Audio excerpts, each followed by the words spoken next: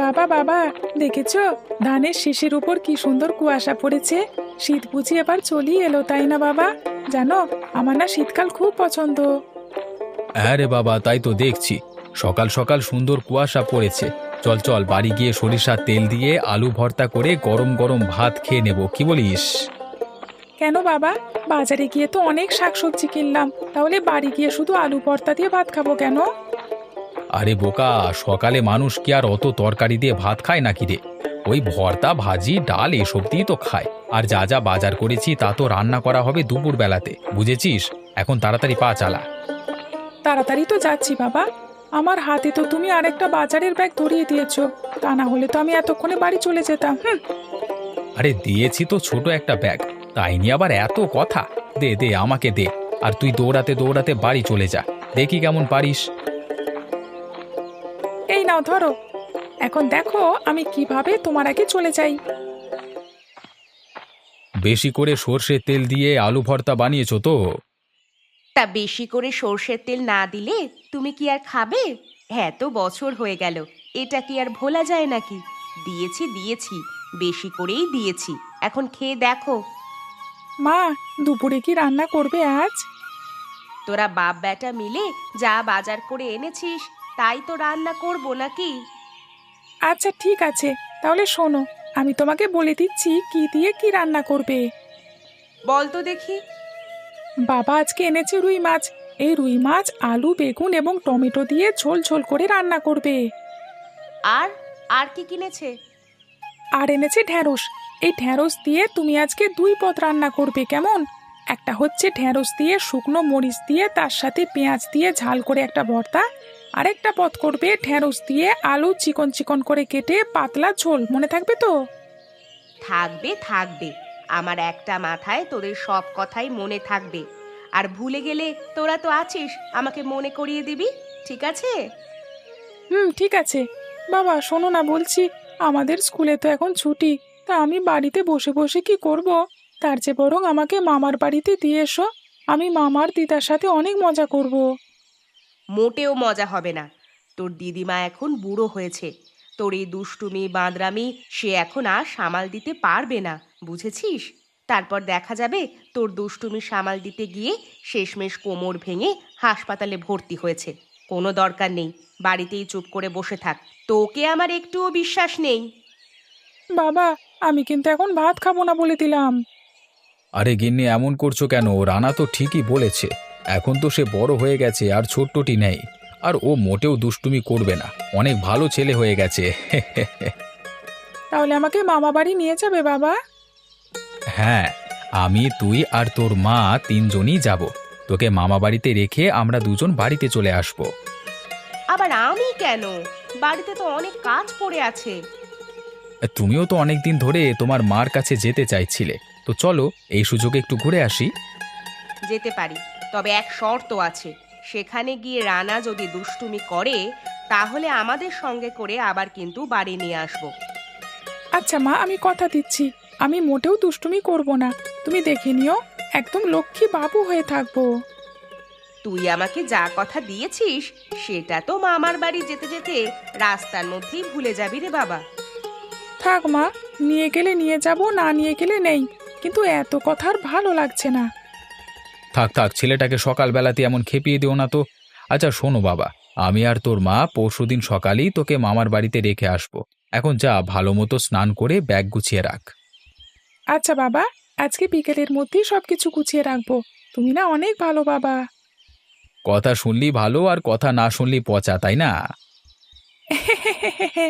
বাবা,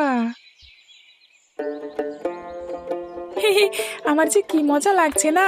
এই তো মামার বাড়ির কাছে চলে এসেছি। ও, তোমার এখন মজা লাগছে?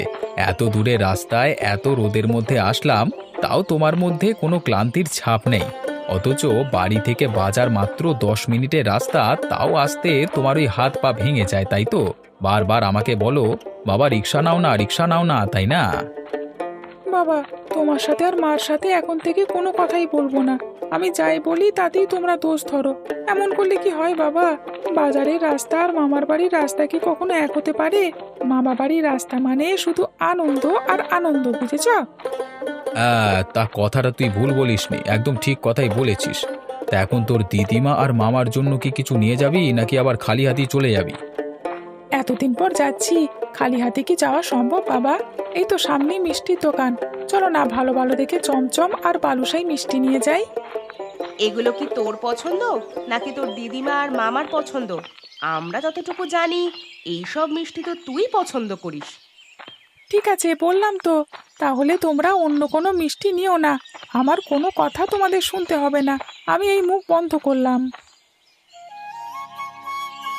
কি হে, আপনার দোকানে ভালো মিষ্টি পাওয়া যাবে? তা তো পাওয়া যাবেই। তো কি মিষ্টি নেবেন আপনারা? এই ধরেন বালুশাই আর চমচম। না না না, বালুশাই আর চমচম তো হবে না, 3 দিন আগে শেষ হয়ে গেছে। আর বাজারে যাওয়া হয়নি, নতুন করে কাঁচামাল কেনা হয়নি। আপনি দেখেন না, আরও অনেক ধরনের মিষ্টি তো আছে, কোনটা নেবেন আপনি বলুন, দাম কমই রাখবো। অন্য মিষ্টি লাগবে না, অন্য মিষ্টি আমার মামা আর দিদিমা একদমই পছন্দ করেন না। বাবা চলো, আমরা অন্য কোথাও দোকান থেকে কিনে নেব। আরে তুই যেমন জানিস তোর মামা আর দিদিমা কোন মিষ্টি খেতে পছন্দ করে, তেমনি আমি তাদের মেয়ে আর বোন হয়েও জানি যে তারা এই বালুশাই আর চমচম খেতে একদম পছন্দ করে না। এই কারণেই আমরা এখান থেকেই অন্যান্য মিষ্টি নিয়ে যেতে পারবো, আর তোর পছন্দের বালুশাই চমচম মামার বাড়ির কাছের এক দোকান থেকে কিনে নিব। ঠিক আছে?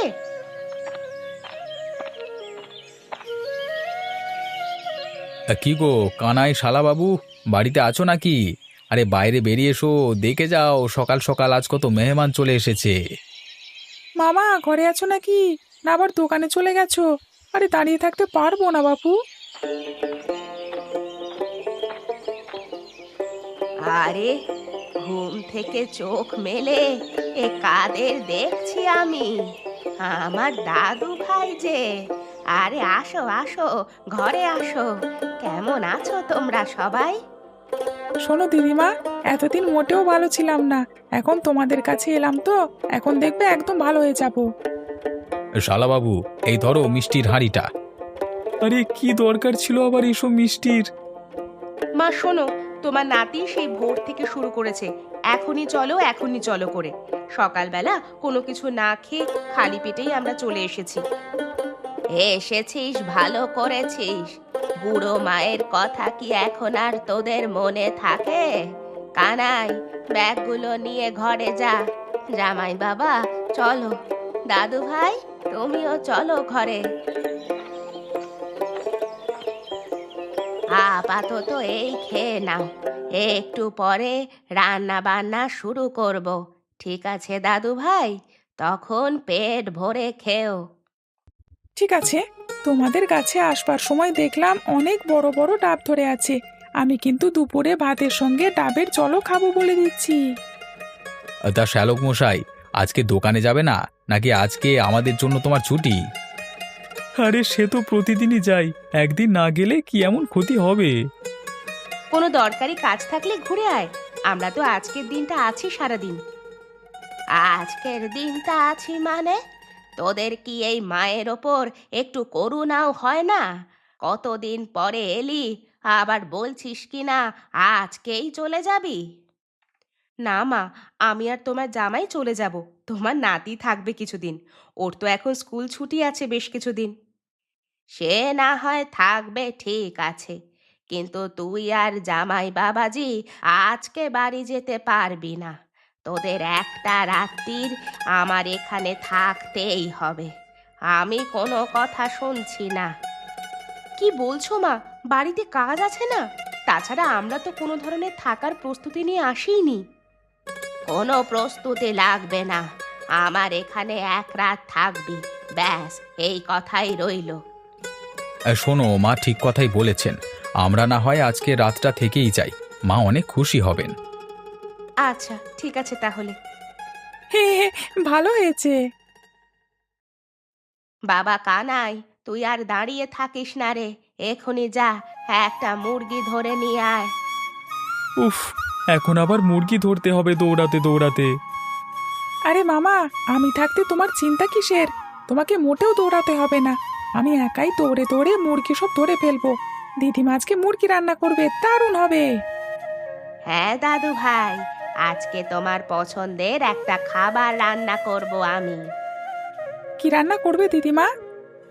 আজকে করব মাংসের খিচুড়ি, কারণ আমি জানি এটা আমার দাদু ভাইয়ের খুব পছন্দের, দাদু ভাইয়ের মারও পছন্দের, তার সাথে দাদু ভাইয়ের বাবারও পছন্দের।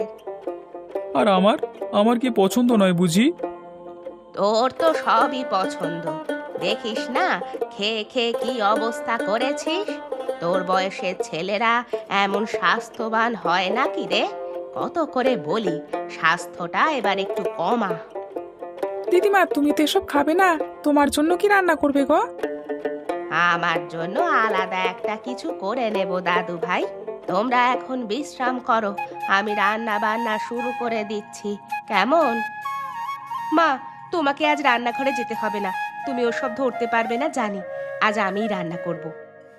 তোকেও রান্না করতে হবে না, আমি পাশের বাড়ির সীমাকে বলে এসেছি, ওই দুপুরে রান্না করে দেবে সব। তাহলে তো ভালোই। মামা চলো, আমি আর তুমি গিয়ে মুরগিটা ধরে নিয়ে আসি, পরে নয়তো আবার দেরি হয়ে যাবে। তাই চল।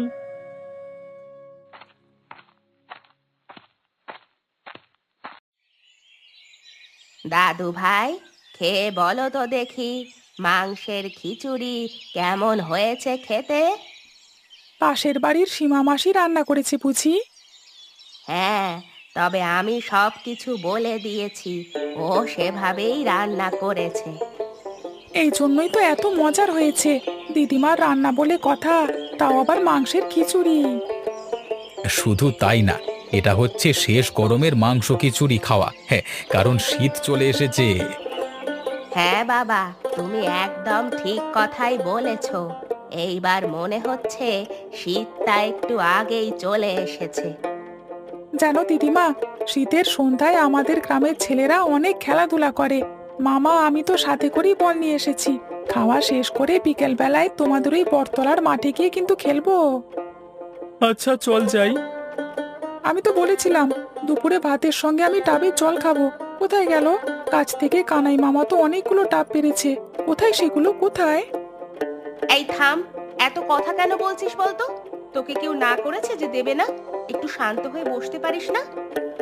ওহো হো হো, রান্নাঘরেই আছে, আমি একদম ভুলে গিয়েছিলাম দাদু ভাই।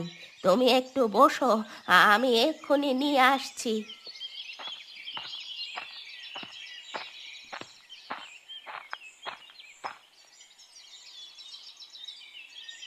আহা, এই তো ডাব চলে এসেছে, শেষ গরমের মাংসের খিচুড়ি, তার সাথে ডাবের জল খাবো, দারুণ জমে গেল। মা, আমার তো এই দস্যি ছেলেটাকে রেখে যেতে খুব ভয় হচ্ছে। ও তো তোমার মাথার চুল একটাও রাখবে না, ওর চিন্তায় তোমার সব চুল পড়ে যাবে।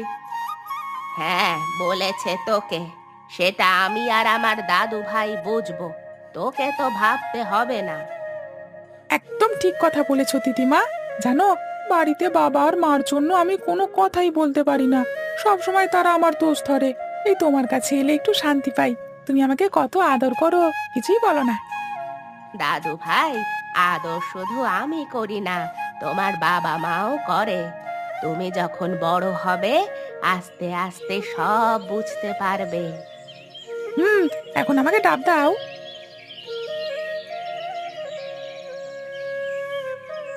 আহ কি শান্তি। এই শোন, তুই আবার সব খেয়ে বসে থাকিস না যেন, আমার জন্য একটু রাখিস। আমি কষ্ট করে গাছে উঠে তোর জন্য এতগুলো ডাব পেড়ে আনলাম, আমাকে কি একটাও দিবি না? উফ মামা, এত কথা বলো কেন? তোমাদের তো অনেক কাজ আছে, আমি বাড়িতে চলে যাওয়ার পরেও তুমি গাছে উঠে পারবে আর অনেক ডাব পেরে খেতে পারবে। এখন আমাকে শান্তি মতো খেতে দাও তো।